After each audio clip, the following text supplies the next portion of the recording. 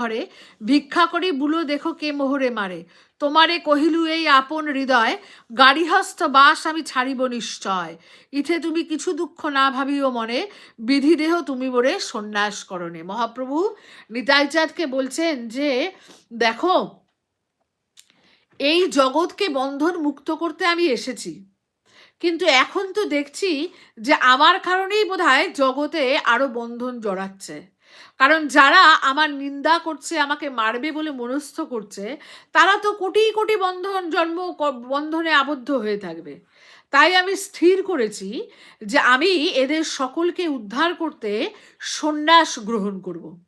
সন্ন্যাসী হয়ে আমি তাদের দুয়ারে ভিক্ষা করতে যাব যারা আমাকে মারতে চায়।